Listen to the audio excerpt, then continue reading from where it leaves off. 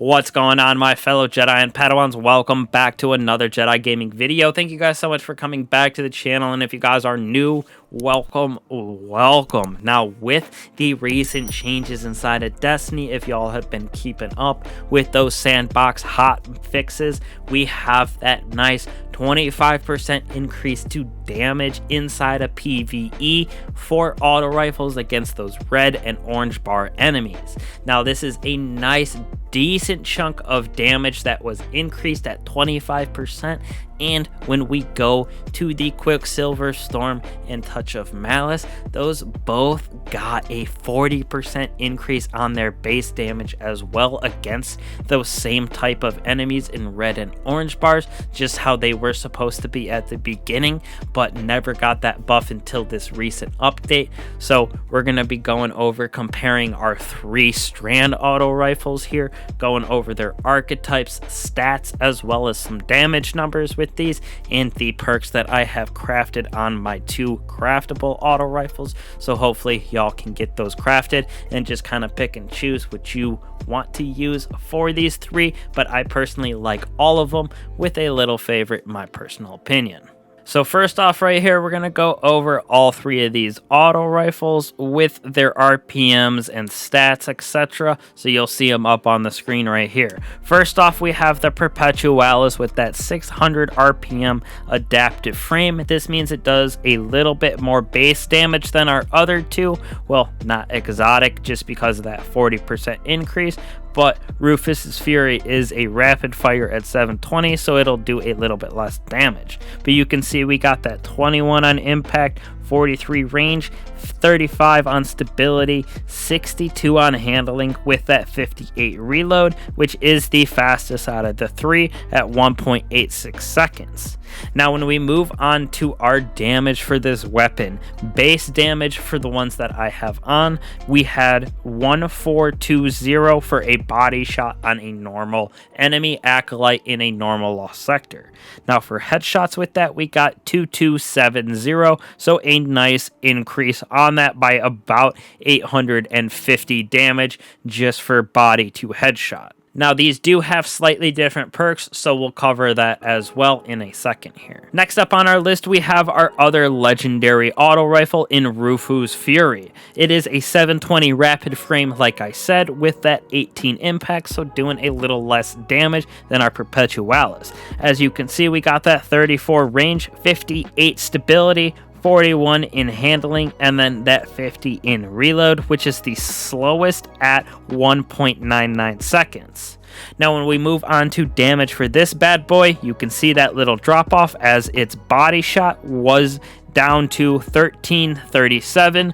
The Perpetualis, as a reminder, was at 1420, so we're down a little under 90 between those two guns.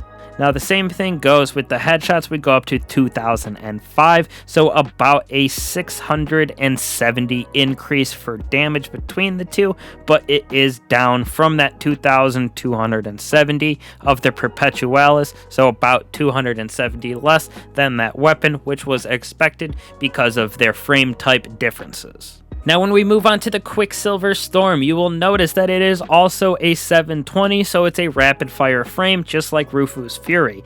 Impact is exactly the same at 18, with the range at 40. Stability is 85, so this thing is a laser beam in my opinion. We also have the reload at 54, right in the middle at 1.92 seconds.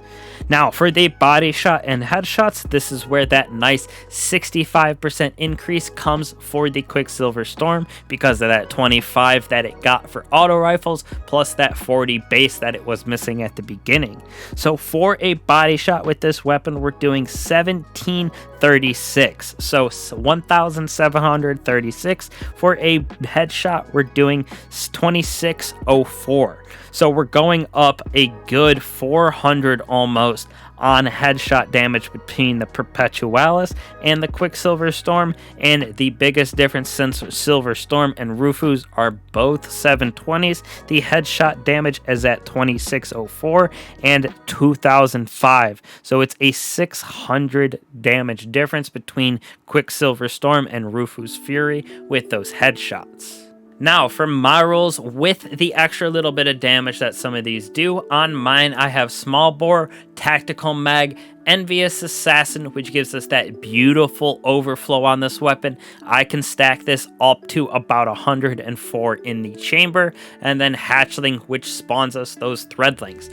Now, for this Perpetualis, when we have those Threadlings spawn, it does 15,950 damage on enemies inside of that normal lost sector. Just wanted to go through that base damage.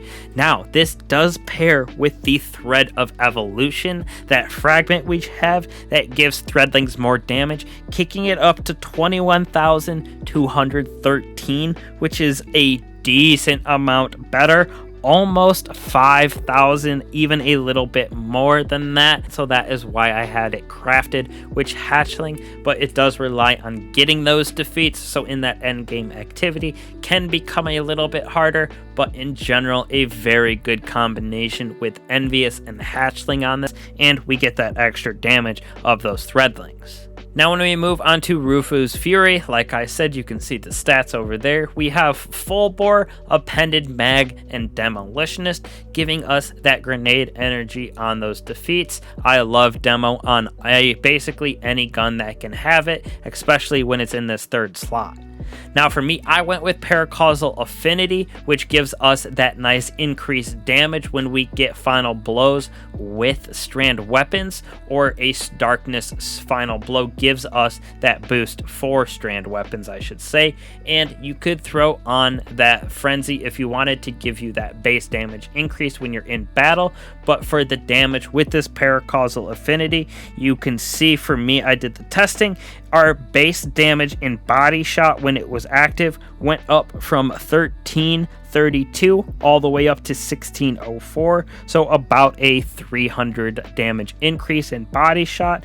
And when you go up into the headshot, it went up from 2005 to 2406, so a 400 gain again for that headshot. So it's a nice decent chunk of damage, which makes it a little bit more than the Perpetualis in general for base, as well as the headshot, just with Paracausal Affinity on.